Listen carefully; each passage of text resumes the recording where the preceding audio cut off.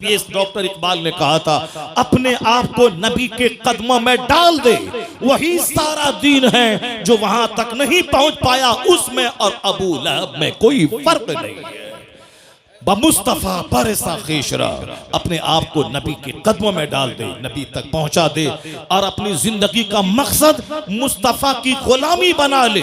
जब तू मुस्तफा का सच्चा गुलाम बनेगा, जन्नत वहां मिलेगी, दुनिया का अल्लाह तुझे इमाम और बादशाह बना देगा। कि मोहम्मद से वफा तूने तो हम तेरे हैं, ये जहां चीज है क्या लहो कलम तेरे। जिसको तकरीर सुननी थी वो चला गया, और जिसको हंसना है वो बैठा हुआ है, और ये बैठी हुई है गप करने के लिए बैठी हुई है। चुपचाप खामोशी, जबान का ताला, जबान पे खामोशी का ताला लगा ले और मेरी बात गौर से सुन ले। और तुम अच्छी बनेगी, तेरे शौहर भी नेक बन जाएंगे, और तुम अच्छी बनी, तेरा बच्चा तो वली और कुतुब पैदा हो जाएगा। तुम घबराती है कि मेरा बेटा मुझको मारता है, मेरा बेटा मुझको मारता है, तेरा बेटा तुझे मारेगा नहीं, तेरा बेटा तेरे पांव को धो के पिएगा। अगर तुम अच्छी मां बन गई तो तेरा बेटा तेरे पांव को चूमेगा, बोलेगा यहां चूमने से जन्नत की खुशबू आती है। अगर तुम बच्चों को बता दे कि मुस्तफा क्या है, मुस्तफा की तालीमात क्या है, और ऐसा नहीं होता कि पीर साहब आए हैं तेल से फुकवा दो, जरा पानी फुकवा दो पीर साहब से, हमारा बेटा अच्छा हो जाएगा। पानी से फूकने से बेटा अच्छा होता है, तेल फूकने से बेटा अच्छा होता है। ऐसा पीर साहब आ गए और साहब एक तावीज दे दिया तो बेटा अच्छा हो जाएगा। जो भरम में जी रहे हो इस भरम को हटा दो। पीर का मतलब होता है खुदा का रास्ता दिखाने वाला, पीर का मतलब है मुस्तफ़ा से जोड़ने वाला, पीर का मतलब है जो इस कदर नमाज पढ़े कि उनका मुरीद उसको देख के नमाजी बन जाए। पीर का मतलब है वो इस तरह अल्लाह से डरे रोए कि उनके सजदे को देखकर मुरीदों के सीने का जंग साफ हो जाए। इसके अलावा कोई दूसरा रास्ता नहीं। अगर पीर गुटखा खोर और 100 सिगरेट डेली पिएगा, मुरीद 200 सिगरेट डेली पिएगा। तुम्हारा पीर बोलता है कि तुम बोलते हो मेरे पीर को गुटखा बहुत पसंद है, सिगरेट पसंद है, तुम्हारे पीर को सिगरेट पसंद है, मेरे पीर को बरेली में किताब पसंद है। सुभान अल्लाह। 75 साल की उम्र में भी किताब का मुताला नहीं छोड़ा। उनको लोग तोहफे में किताब देते थे और तुम अपने पीर साहब को तोहफे में सिगरेट देते हो। जो जाहिर सी बात है तुम्हारा कसूर नहीं है, कसूर पीर साहब का है। तुमको जब मालूम है कि मेरे पीर की जो पसंद है वो गिफ्ट देना चाहिए, तो पीर की पसंद है पुड़िया, पीर की पसंद है शुद्ध पलस, पीर की पसंद है पान परा, पीर की पसंद है क्या रजनीगंधा, पीर की पसंद है। तो अब मुरीद वो पसंद वाली चीज लाके देता, और जब मुरीद देखेगा पीर को पसंद है सजदा, पीर को पसंद है तस्बीह, पीर को पसंद है मुसल्ला, पीर को पसंद है किताब, पीर को पसंद है कुरान की तिलावत, तो वो रजनीगंधा नहीं देगा। मुरीद तस्बीह, मुसल्ला, कुरान पाक, मुसहफ लेके पीर को तोहफा पेश करेगा। मेरा मुर्शिद खुश हो जाएगा कुरान पाक की तिलावत से। मेरा मुर्शिद एक बरेली में था, बुढ़ापे में भी किताबों का मुताला नहीं छोड़ता था। जब भी देखा किताब पढ़ता देखा, जब भी देखा वाजु नसीहत करता देखा, जब भी देखा अम्र बिल मारूफ करता देखा। अमेरिका में रहे वही दीन की फिक्र, बरेली में रहे वही दीन की फिक्र, बस मुरीदों के बीच रहे वही दीन की फिक्र, तन्हाई में रहे तो जबान पे जिक्र और दुरूद जारी है। वह कौन था? 10 करोड़ मुरीदों का मुर्शिदे बरहक, अपने वक्त का कुतुब अब्दाल, अख्तर रज़ा का अज़हरी ताजु शरीयत। जब भी देखा मुताला करता देखा, जब भी देखा फतवे का जवाब देता देखा, जब भी देखा मुफ्तियों की झुरमुट में देखा। एक पीर साहब है उस इलाके में, गोंडों की झुरमुट में रहता है, गोंडों की झुरमुट में रहता है। ये लुच्चा, ये लफंगा, ये बरोकर, ये दलाल, ये साहब लठेत, ये मारधाड़ करने वाला, ये चोर, ये ममाली, ये बदमाश, ये साहब बदमाशी का रैकेट चलाने वाला। और लोग बताओ दारा पीर साहब को आंख मत दिखाना, उनके इर्द गिर्द जो लोग हैं वो सब बड़े पहुंचे हुए लोग हैं, यानी सब जहन्नम पहुंचे हुए, गुंडे, मर्डरर, हत्यारा, कोई जादव, कोई अंसारी, कोई बाहुबली, ये सारे लोग हैं। जाहिर सी बात है जैसा पीर होगा, जिन लोगों की झुरमुट में रहेगा उसका दिल भी वैसा होगा जो मुफ्तियों की झुरमुट में रहेगा, जो आलिमों की झुरमुट में रहेगा, जो वलियों की झुरमुट में रहेगा, जो अख्ताब के झुरमुट में रहेगा, जो खुद कुतुब होगा वो अख्ताब के झुरमुट में रहेगा। हुजूर सदरुल अफाजिल कभी भोंडा मवाली के साथ नहीं रहे। उनका दोस्त सदरुल शरिया था, उनका दोस्त मलिकुल उलमा था, उनके दोस्त उनके साहबजादे जो आलिम थे वो थे, उनके अहबाब का एक बड़ा तबका था, अदीबों का, शायरों का, फकीहों का, मुदब्बिरों का। यही वजह है जो जैसा होता है उसका दोस्त वैसा होता है, और बंदा दोस्त के दीन पर होता है। इसलिए हुजूर ने कहा था 1400 साल पहले, अर्रजुलु अला दीन खलीली फलयंजुर अहदुकुम मय्युखालिल। आदमी अपने दोस्त के दीन पर होता है, तो दोस्ती करने से पहले देख लेना कि तेरा दोस्त कैसा है। अगर दीनदार हुआ तो तुझे दीनदार बना देगा, अगर बेदीन हुआ तो तेरा दीन लूट के खा जाएगा। क्या बात है। अर्रजुलु अला दीन Khalili, a man is on the religion of his friend, so watch to whom you befriend। आदमी अपने दोस्त के दीन पर होता है। वाच, देख लो कि तुम किससे दोस्ती कर रहे हो। वो चोर है, चोर बना देगा, बदअकीदा है, बदअकीदा बना देगा, वह ज़िनाकार है, तुझे ज़ानी बना देगा। अगर तेरा दोस्त अल्लाह से डरने वाला नमाजी है तो तुझे नमाजी बना देगा, मुत्तकी बना देगा। अर्रजुलु अला दीन खलीली फलयंजुर अहदुकुम मय्युखालिल। बातें हमारी होती रहेंगी। मैं तमहीद यहाँ रोक करके मैं पहले वो चैप्टर में खोलता हूँ जो बात जबान पे आ गई है, ये वरना ये भाग जाएगी और हमारी तकरीर सुन नहीं पाएगी। और इसलिए चुपचाप रहो और तकरीर मेरी गौर से सुनो। और जहां तक मेरी आवाज पहुंच रही, मेरी सारी माँ, सारी बहन, सारी बेटियां वह गौर से इस चैप्टर को सुने। अक्सर व बेशतर मैं इस चैप्टर को रिपीट करता हूं।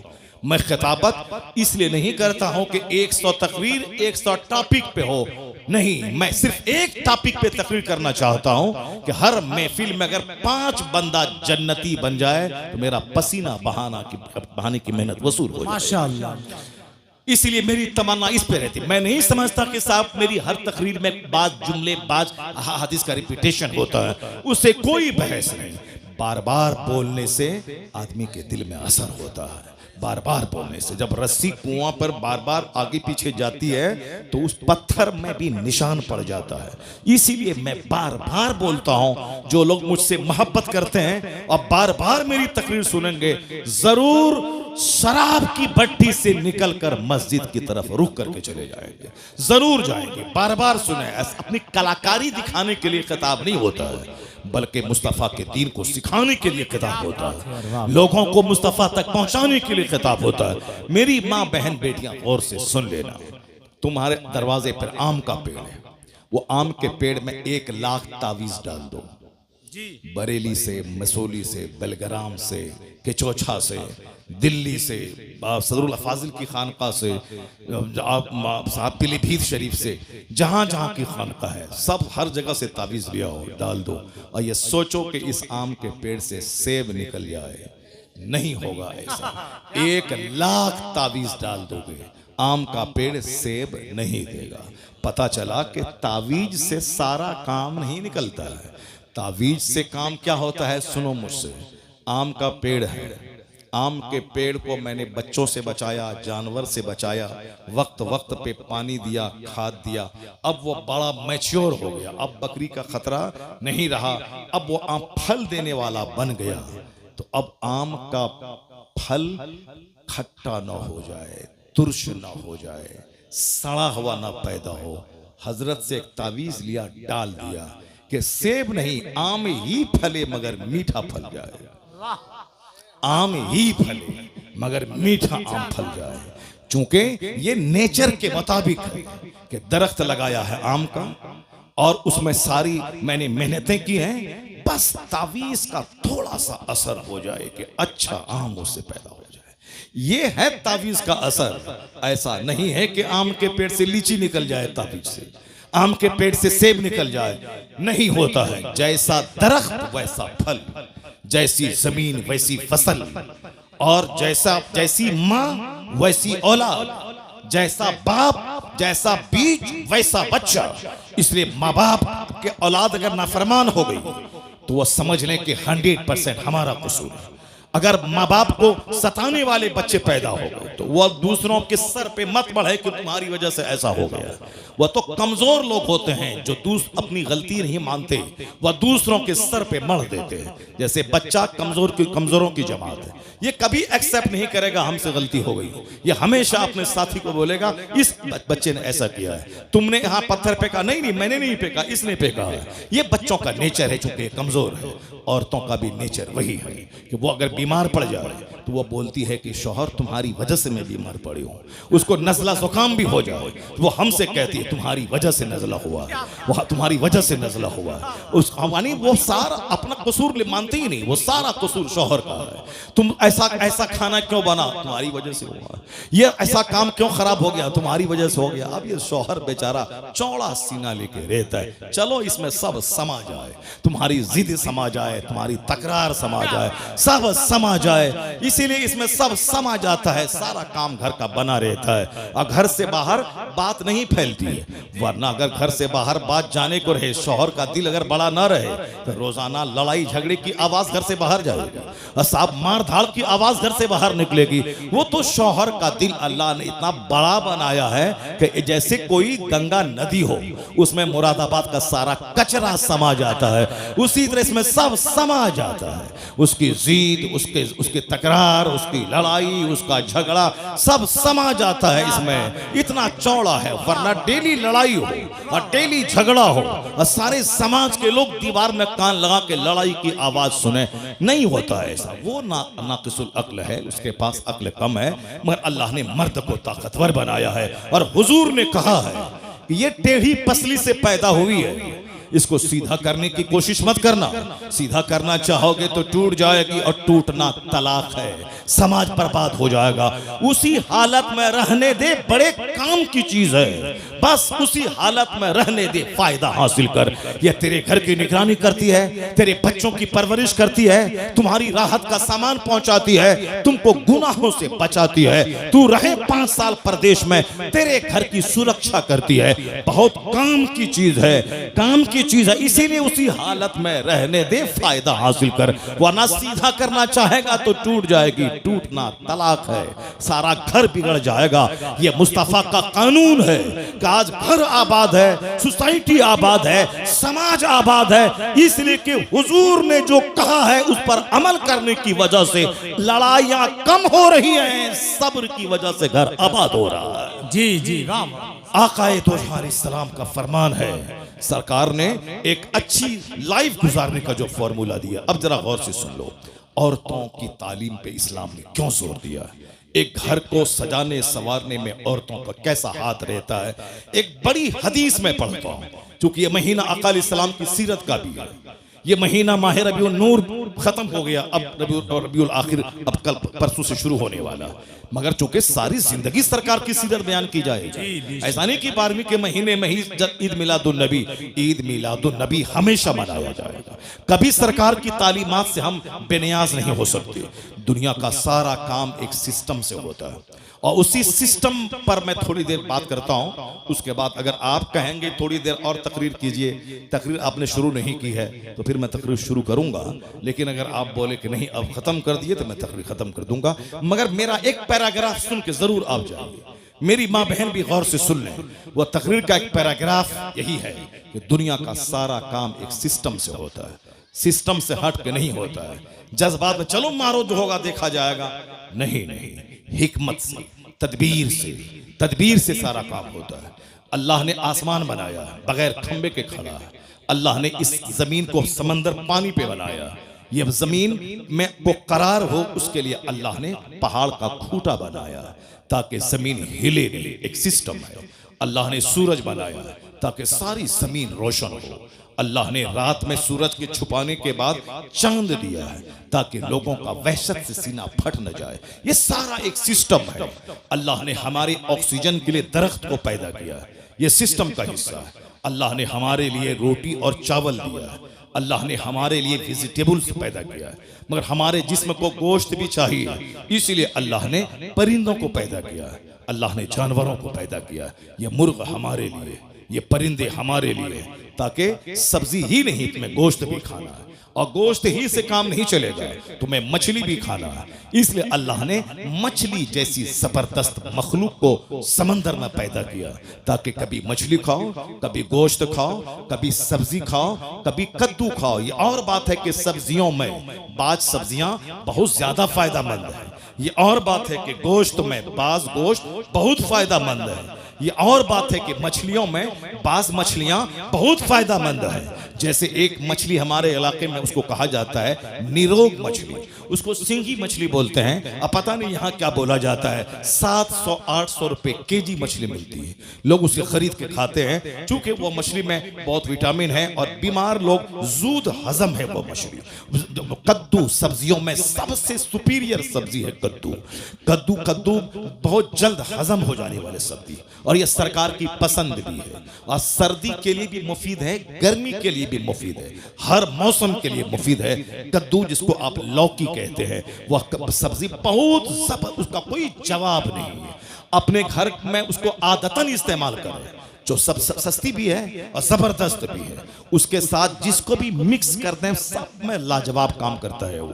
जैसे उसमें मछली में डाल दें तो भी सुपीरियर है, गोश्त में डाल दें तो जबरदस्त है, और साहब उसमें चना का दाल डाल दें तो भी जबरदस्त है। यानी ये कद्दू लाजवाब, क्योंकि मुस्तफ़ा की पसंद है, और जो मुस्तफ़ा की पसंद है वो लाजवाब पसंद है। यही वजह है कि आज मैं जिस दिन मेरे घर में कद्दू की लौकी की तरकारी बनती है बहुत खुश होता हूँ। मेरी वाइफ को मालूम है कि हजरत को बहुत पसंद है, तो चना का दाल और कद्दू ये मुझे बचपन से शुरू से बहुत पसंद है, शुरू से पसंद है, और बहुत जबरदस्त है वो मेरे घर में। और फिर वो खीर भी मुझको बहुत पसंद है। यही वजह है कि अभी शुगर 7-8 साल से शुगर हो गए, मगर उसके बावजूद मैं खीर छोड़ता नहीं हूँ, और मेरे घर में खीर बनाई जाती है और मैं खाता हूँ। और अल्हम्दुलिल्लाह शुगर को झूठा साबित कर देता हूँ कि लोग कहते हैं कि शुगर होने के बाद रोजा रखने में परेशानी हो रही, पर 8 साल हो गए एक रोजा नहीं छोड़ा, अल्हम्दुलिल्लाह एक रोजा नहीं, और कोई परेशानी नहीं होती है। और शुगर वाले को कहते हैं कि भाई इसको हर 1 घंटे के बाद खाना चाहिए, डॉक्टर बताते हैं, और कहते हैं कि हमेशा पानी पीना हल्का सूखता रहता है। मगर मैं 2.5 घंटे तकरीर किया हूँ, और अभी भी आज 2 घंटे तकरीर करूंगा मैं, चाहे तुम भाग जाओ, चाहे कोई यहाँ नहीं रहेगा, सब कोई नहीं रहेगा, मैं तकरीर करूंगा 2 घंटा। तो सब लोग भाग जाए, 2 घंटा से कम मैं नहीं बोलूंगा। डेली बोलता हूँ 2 घंटे 2.5 घंटे, मगर जरा बराबर कोई बता दे कि साहब मैं 1 गिलास पानी पिया हूँ, कोई बता दे कि कल मैंने पानी मांगा था। नहीं, वो डॉक्टर झूठ बोलता है कि शुगर वाला हर घंटे पे पानी पीना है, हर घंटे खाना खाना है। नहीं, जो झूठ बोलेगा वो प्यास लगेगी उसको, मगर जो कुरान बोलेगा, जो हदीस बोलेगा, वो बोलता चला जाएगा, रूहानी ताकत मिलती चली जाएगी। मैंने देखा ये आदित्य जोगी ना ये भाषण देता है, पानी पीते हैं, और साहब वो प्रधानमंत्री मोदी जी 15 अगस्त 26 जनवरी को भाषण देते हैं, वो पानी पीते हैं। राहुल गांधी भी पानी पीता है, हमारा बिहार का तेजस्वी यादव वो भी पानी पीता है, आपके उत्तर प्रदेश का अखिलेश यादव वो भी पानी पीता है। मायावती को तो हमने पानी पीते हुए देखा है। जहां आज से 25 साल पहले एक मस्जिद में मैं रहता था, मैं बोला मायावती आई है, मैं गया चलो देखें क्या भाषण देती है। काशीराम जिंदा थे, वो थे, मायावती आई थी। अब आहिस्ते आहिस्ते बस देख देख के पढ़ना है, उसके बाद देखना है, ऐसे और ऐसे देखना पढ़ना है, और पानी पीना है। तुमने कभी हमको देखा देख करके तकरीर करते हुए? 5 घंटे 3 घंटे 4 घंटे 2 घंटे न देख के बोलना है, बिन देखे बोलना है। बिन देखे बोलने में दिमाग चलता है, इसके बाद क्या बोलें, इसके बाद क्या बोलें, इसके बाद क्या बोलें, दिमाग चलता है। दिमाग चलने में आदमी थक जाता है, लेकिन देखने में एनर्जी लॉस नहीं होती है। ना देखा जाता है, बिन देखे बोला जाता है, उसके बावजूद 1 गिलास पानी पीने की नौबत नहीं आती है। बात वही है, जो दुनिया बोलेगा उसे प्यास लगेगी, और जो उकबा बोलेगा, जो कुरान बोलेगा, जो हदीस बोलेगा, रूहानी ताकत मिलती चली जाएगी। अगर यकीन नहीं आए तो तुम भी तिलावत करके देखो, तुम भी नमाज पढ़ के देखो, तुम भी दिन की बातें बोल के देखो। 2 घंटे तक तिलावत करते रहोगे, नहीं लगेगी प्यास, क्योंकि तवज्जो उस तरफ रहेगी तो तुम्हारी प्यास की तरफ से तवज्जो हटती चली जाएगी। मैं पहले सुनता था, मगर 8 साल से मुझको तजर्बा हो रहा है। मैं जब शुगर का अटैक हुआ, मैं बड़ा घबराया कि अब 2 घंटे तकरीर कैसे होगी, 3 घंटे तकरीर कैसे होगी, 4 घंटे तकरीर कैसे होगी, खड़े खड़े 2.5-3 घंटे में बोलता हूं, कैसे तकरीर होगी। लेकिन जब मैं बोलने लगा पता चला नहीं, वह दुनियादार बोली बोली होगी तब थकेगा, वरना कुरान हदीस बोलो, बोलते चले जाओ, शुगर पानी पानी हो जाता है, रूहानी ताकत मिलती चली जाती है, सजदे से ताकत मिलती है, तिलावत से ताकत मिलती है। डॉक्टर लेविल पाविल ने कभी कहा था, the Quran word to word is the resource of energy. Quran हर्फ बहर्फ ताकत हासिल करने का जरिया है। जो रीडर और लिसनर, पढ़ने वाले सुनने वाले, दोनों को वह खजाना मुंतकिल करता रहता है। आप गौर से अपना आधा घंटा का टाइम देंगे मुझको। देखिए भाई साहब, देखिए हमको तो प्यास लगनी चाहिए, हमको पेशाब लगना चाहिए, मगर यार तुम लोग जवान आदमी हो और अरबी पेशाब तुमको ला हौल वला कुव्वत इल्ला बिल्लाह। इस गुटखा बीड़ी सिगरेट सब छोड़ दो, अल्हम्दुलिल्लाह पेशाब भी कम लगेगा, लीवर भी मजबूत रहेगा और उसके बाद मसाना भी मजबूत रहेगा और 70 साल की उम्र तक जवान रहोगे अल्हम्दुलिल्लाह। जवान 70 साल की उम्र तक जवान रहोगे। इसलिए फालतू चीजें छोड़ दो, जितनी भी अननेसेसरी चीजें हैं सारी चीजें छोड़ दो और कंपलसरी जो चीज है उसको लो। इबादत से ताकत हासिल करो, तिलावत से ताकत हासिल करो। अब आधा घंटे का आपके पास से मैं टाइम दे रहा हूँ, उसके बाद फिर मैं अपनी मर्जी से तकरीर करूंगा। आधा घंटा आपका टाइम चाहिए। इजाजत है आप लोगों की तरफ से? इजाजत है? जरा हाथ उठा के बोलें ला इलाहा इल्लल्लाह और जोर से बोलें सुभान अल्लाह। अस्सलात वस्सलामु अलैका या रसूल अल्लाह, अस्सलात वस्सलामु अलैका या हबीब अल्लाह। बात छिड़ गई है, चूंकि हमारी माँ बहन बैठी हुई है ये, और हमारे नौजवान बच्चे बैठे हुए हैं, इसलिए। और ये जरूरी पैराग्राफ है जो आपके सामने मैं बयान कर रहा हूं, इसको आप गौर से सुनेंगे कि दुनिया का सारा काम सिस्टम से होता है। ऐसा नहीं होता है कि मैं चलूं पूरब काबा पहुंच जाऊं, नहीं नहीं। रोजाना सूरज का उगना, रोजाना सूरज का डूबना, हर काम सिस्टम से होता है। अल्लाह चाहे तो 3 महीने में बच्चा पैदा हो जाए, अल्लाह चाहे तो 3 दिन में बच्चा पैदा हो जाए, अल्लाह चाहे तो 1 दिन में बच्चा पैदा हो और खड़ा हो जाए। जैसे बकरी का बच्चा अभी पैदा होता है, पैदा होने के फौरन ही वो चलने लगता है, खड़ा हो जाता है। ये जानवर है, पैदा हुआ और थोड़ी देर के बाद 1-2 घंटे के बाद वो चलने लगता है। तो इंसान अशरफुल मखलूकात है, मगर ये चलता कब है? ये चलता है 9 महीने, 10 महीने, 1 साल के बाद चलता है। जानवर 1 घंटे के बाद चलने लगा। ये इंसान को भी अल्लाह चाहता तो 1 घंटे के बाद चला देता, नहीं। जानवर चूंकि वो जानवर है, जानवर का प्लान छोटा है। जानवर हमारी खिदमत के लिए पैदा हुआ है, वो हमारे लिए पैदा हुआ है, हमारे लिए है। मेरी सवारी का काम आएगा जानवर, वो हमारे खाने के काम आएगा वो जानवर, वो हमारे दूध के काम आएगा वो जानवर, ये हमारे लिए है। और इंसान बड़ा काम करने के लिए पैदा हुआ है, दुनिया को अदल से भरने के लिए, मजलूमों को हक दिलाने के लिए, पढ़ लिख कर समाज में रोशनी फैलाने के लिए, अपने रब्बे करीम की इबादत के लिए, मानवता की सेवा के लिए, गरीबों में अदल करने के लिए, गरीबों को हक दिलाने के लिए, जालिमों का टेना तोड़ने के लिए। जब इतना बड़ा काम है इंसान का, तो अचानक नहीं, ये ग्रेजुअली, धीरे धीरे, या धीरे धीरे बोलेगा, धीरे धीरे चलेगा और धीरे धीरे परवान चढ़ेगा। चूंकि इसको ताकतवर हो जहाज उड़ाना है, इसको पनडुब्बी बनकर समंदर में गोता लगाना है, इसको खलाओं में 6-6 महीने रहकर यूनिवर्स की सीक्रेट का पता लगाना है। इसलिए इसकी पैदाइश 9 महीने के बाद, 2 महीने के बाद नहीं, 9 महीने माँ के पेट में रहना है, 2 साल तक माँ का दूध पीना है और 5-10 साल तक ये माँ बाप की निगाहों में रहना है। 15-16 साल के बाद मैच्योर होना है।